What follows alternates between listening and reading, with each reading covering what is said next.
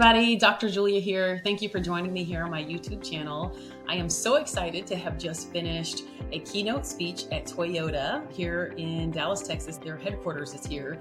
And I spoke with the Women Influencing and Impacting Toyota group, their women's business resource group. And we had a ton of fun.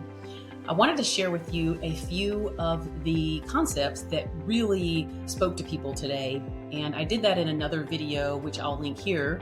And it was all about navigating change with confidence. The other video focused on how you are communicating through a change initiative. And this video is focusing on how you might voice some criticism of the change constructively.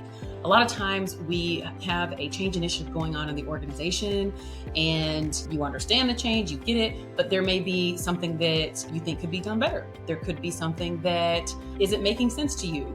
Maybe you've seen this happen before and you want to express your concern about it.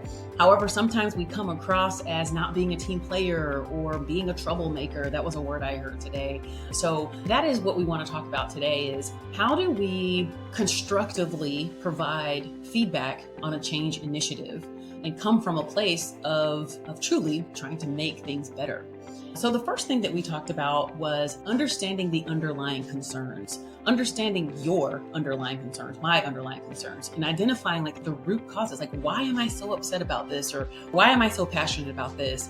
Getting down to that and understanding my emotions and my reasons behind why I have this criticism of this process is key. Because when you give yourself a minute to do that, you can kind of peel back the layer and you might get to a space where it's, well, I care about this, or I truly care about this team. And that's why, this change initiative to be the best we've ever done. And if that's the case, imagine going into your executive's office, your leader's office and saying, hey, I care about this so much. This is why I want to have voice my concern on this process. That's number one, just understanding why it is that you have the reasons or the root causes of what it is that you're so concerned about. Second was choosing the right time and the right place. This is a tough one because it seems like it's never a good time, right? Because people are moving from one Teams or Zoom call to the next. We are out the door and into the next door when we're in person. And that is just today's environment. And even in that environment, we still have to find the right time. If there is a sensitive discussion that needs to be made, doing that right in the middle of a team meeting is not the time. But there is a time. There is always going to be a time for you to discuss something sensitive or something like that with your leader or your executive team. You just have to figure out when is the right time, because that is crucial. Thirdly, focus on the issue, not the person. This is easy to get caught up into when people can just be mean sometimes, and I get that.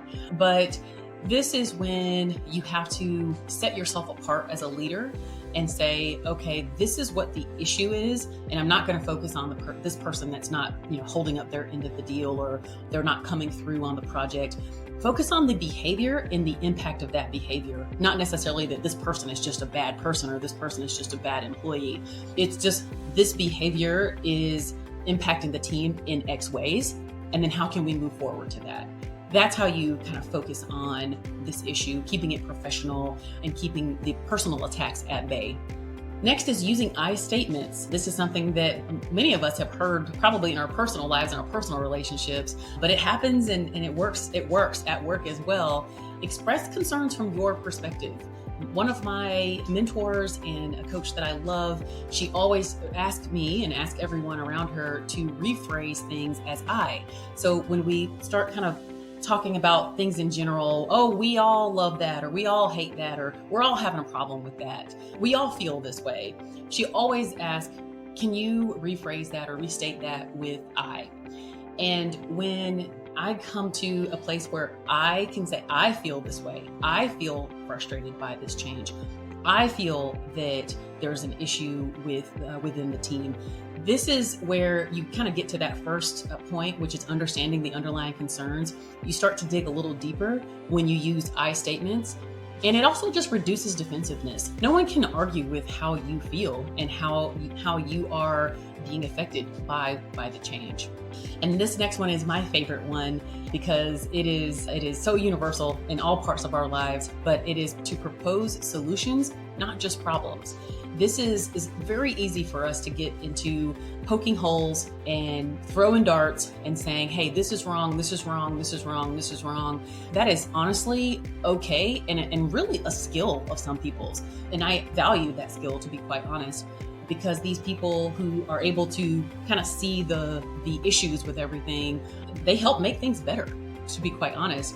However, when you're on a team, when you're just poking holes and you're not actually providing solutions, that's not being a team player. That's not actually being constructive.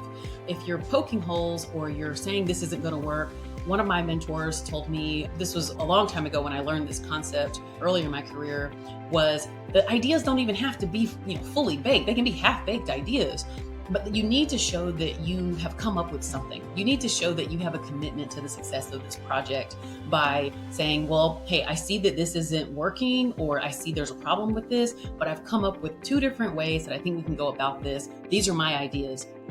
They may say, that's not going to work. These ideas are awful, and that's okay. But you've set yourself apart by doing that as a leader, as someone to be trusted, as someone who has the success of the team at heart.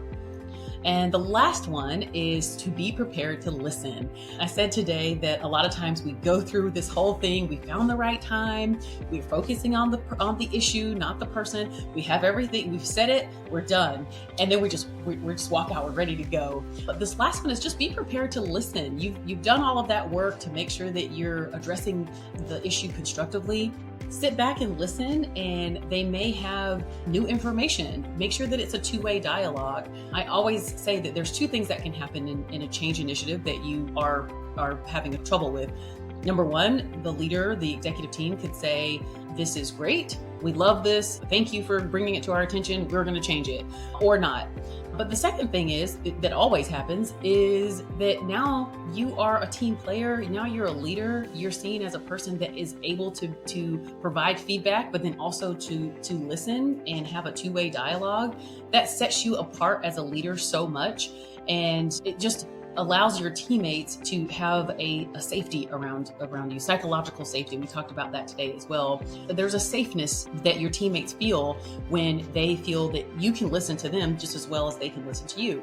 And so those were the points that we talked about today. Again, everybody was really excited to learn a little bit more about those, and I wanted to share those with you, and I appreciate you all joining me here today. Be sure to like this video and subscribe, and I will see y'all next time.